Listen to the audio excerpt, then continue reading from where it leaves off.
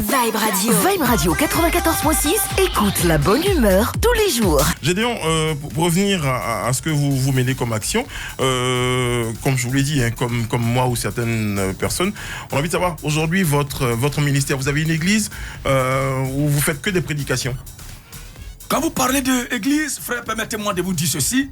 Aucun homme n'a le droit d'avoir une église à lui. Amen. L'église appartient au Seigneur Jésus-Christ. Et la Bible dit que l'église est son corps. Et nous, les chrétiens, nous sommes les membres de son corps. En ce qui concerne les lieux de rassemblement, oui, pour la prière, pour servir, pour former, enseigner, instruire ceux qui viennent à Christ, ce sont des salles, des lieux de rassemblement. Ce sont des temples. Mais ce n'est pas ça l'église, mais l'église est une entité invisible qui peut être montée et être démontée. Donc vous avez sans un temple, toutefois savoir. Vous avez un temple? Nous avons des temples. Des temples. Partout dans le pays. Partout dans le pays.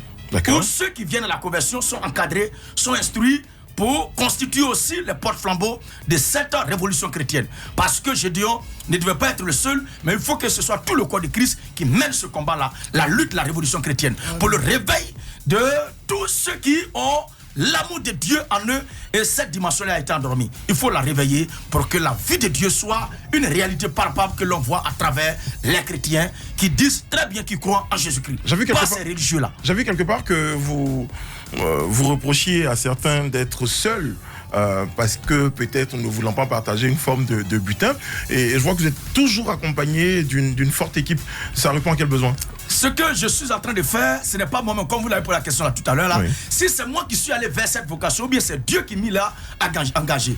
C'est Dieu qui l'a fait. Et le travail, la façon dont Dieu nous conduit, c'est pour montrer à notre génération actuelle, pour montrer à l'humanité tout entière, pour ceux qui n'étaient pas au temps du Seigneur Jésus-Christ, comment est-ce qu'il procédait avec ses disciples, comment est-ce qu'il se déplaçait avec nos pères les apôtres, c'est pour donner une idée exacte de ce qui se passait au temps du Seigneur Jésus-Christ. Le Seigneur ne bougeait pas seul, il bougeait toujours avec des disciples, il bougeait toujours avec une équipe, il bougeait toujours avec un groupe. Parce que dans tout ce qu'on fait, le maître ne devait pas mourir, il ne devait pas mourir, il ne mourra jamais, parce que en laissant ça, doctrine, son idéologie à ses disciples, ceux-là aussi vont pérenniser cette doctrine après son départ. Ainsi, voyant un élève presté, on a toujours le souvenir que le maître est toujours vivant. En m'écoutant aujourd'hui, pour ceux qui n'ont pas eu le privilège d'écouter mon père spirituel, l'apôtre Zobel Godio, paix à son âme, peuvent se faire une idée de ce qui était et qui était mon maître. Donc c'est la même chose pour que ceux-ci soient aussi initiés à la connaissance et à la divulgation de la doctrine du Seigneur Jésus-Christ. Je fais un recoupement entre le fait que vous disiez tout à l'heure que l'homme et la femme, je pense avoir bien compris, ne pourraient pas être sur le même point d'égalité. C'est ça? Ce n'est pas moi qui l'ai dit. Non, mais on est d'accord que c'est... Oui, la Bible dit que l'homme est le chef de la femme. C'était le fond de la pensée. Oui. D'accord. Et puis, par la même occasion, c'est peut-être pour ça que vous estimez qu'une femme ne peut pas diriger une assemblée, une église. Non. Ce n'est pas cela. Allez-y. Ce n'est pas cela. Allez-y. C'est ce que vous avez posé la question à l'entrée du jeu là, d'entrée du jeu, en disant que quelle est la doctrine, le message auquel on doit revenir.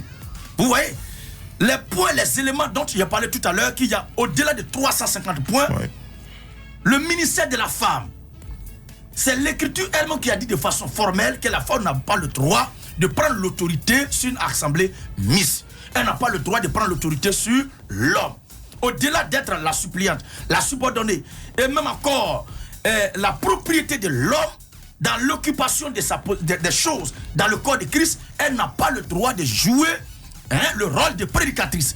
Parce que prêcher l'évangile et l'autorité de l'homme sur la femme sont deux choses différentes, sont deux doctrines à ne pas mélanger. Parce que le même qui a dit que la femme a été créée pour être le sujet de l'homme a dit aussi que la femme n'a pas le droit de prêcher l'évangile. Ce n'est pas parce que l'écriture a dit que la femme est soumise à l'homme que moi j'en déduis pour dire que la femme n'a pas le droit de prêcher. Non, mais c'est la même Bible qui dit que la femme est la propriété et la subordonnée de l'homme. C'est la même Bible qui dit que la femme n'a pas le droit de prêcher, comme vous ne voulez pas qu'on lit. Sinon il y a un passage de façon claire. Non, mais si vous le dites, il y a un passage qui est clair, sans commentaire, qui dit Dieu dit qu'il ne permet pas à la femme d'enseigner ni de prendre l'autorité sur l'homme. Bon, moi j'ai une question et ça tombe très bien. Permettez que 1 Corinthiens 14, 33 38. Permettez. Oui.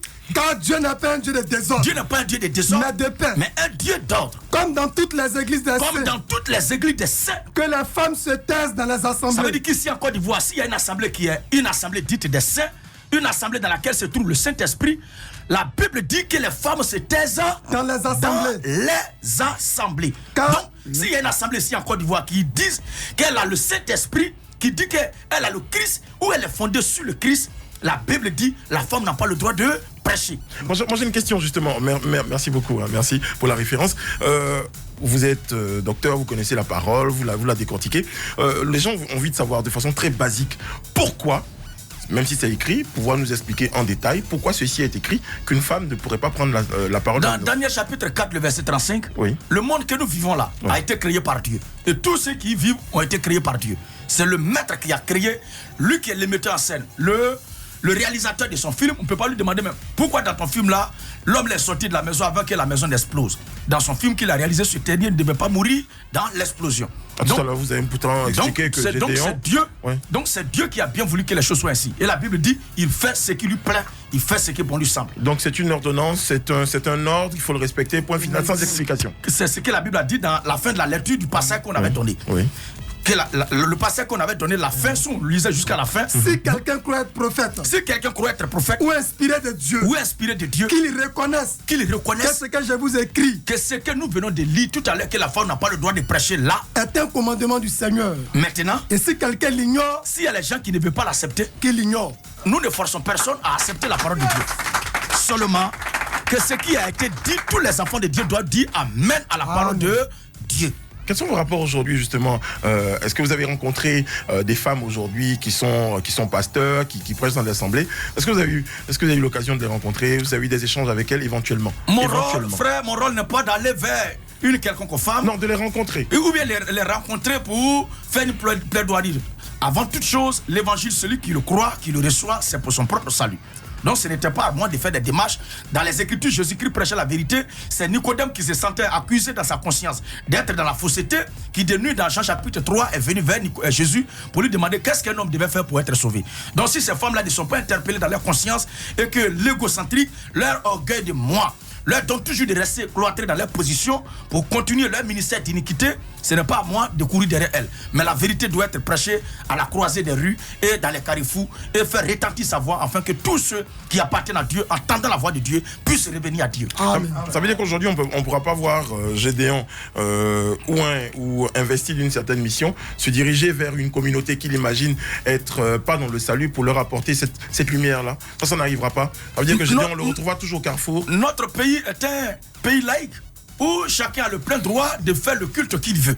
Donc me diriger dans cette communauté-là pour parler individuellement à ces gens, qu'est-ce qui me donne le droit? L'Écriture a dit d'aller prêcher la bonne nouvelle à toute la création. Et c'est la procédure utilisée par le Seigneur Jésus-Christ. C'est cette procédure que nous utilisons. C'est de prêcher de ville en ville, de quartier en quartier, comme nos pères les apôtres le faisaient. Mais si quelqu'un nous invite dans sa communauté, nous sommes disposés à répondre à son invitation. Seulement que nous n'y allons pas pour nous asseoir, pour écouter ces escobaderies qui racontent comme doctrine. Mais nous partons pour apporter la lumière de Dieu que nous avons reçue en cette heure avancée des temps de la fin. Pour que ceux qui appartiennent à Dieu reviennent à la vérité. Alors, il n'est pas question que moi, je parte m'asseoir dans une communauté comme ceux qui mettent pression sur moi pour demander. En même temps aussi, je profite de l'occasion pour leur parler qu'ils veulent faire un partenariat avec moi. Je ne fais pas de partenariat avec une quelconque organisation religieuse. Oui, mais on allait venir à cela justement. Je ne fais pas de partenariat. C'est quoi un partenariat? Je veux juste. Qui c'est qui vous a contacté, qui veut faire un partenariat? Bon, ça consisterait en je quoi? Ne dirais pas nom de quelqu'un, il s'agit des gens qui parlent en une bosse sur ma page, souvent des hommes d'affaires du plein d'évangile, je ne sais quoi, qui demandent que moi et mes frères, nous fassions une coalition avec eux pour travailler ensemble. Je l'ai répondu aussi sagement que je n'ai rien contre le fait d'être en partenariat.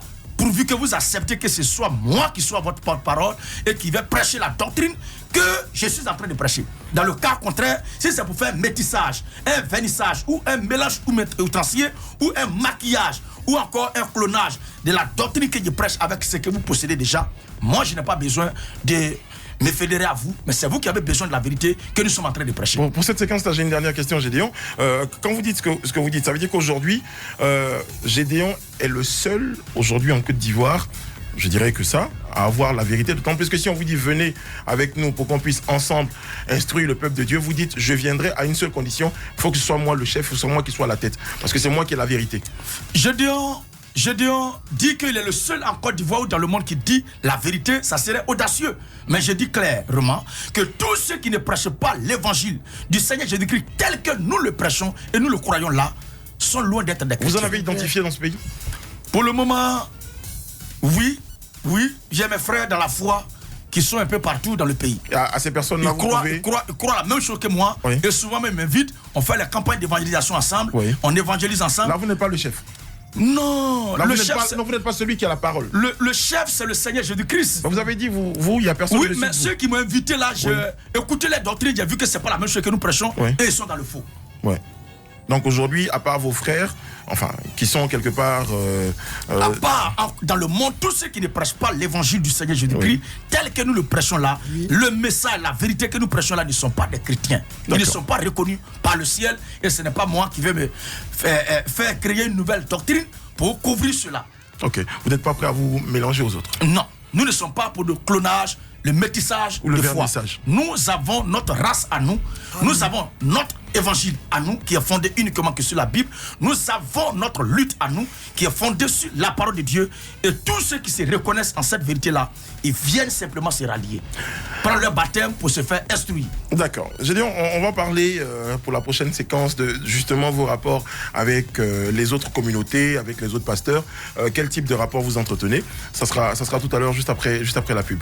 Vibe Radio 94.6, le son de la bonne humeur. Vibe Radio. Élu radio commercial de l'année en 2018 et 2019 par les consommateurs africains.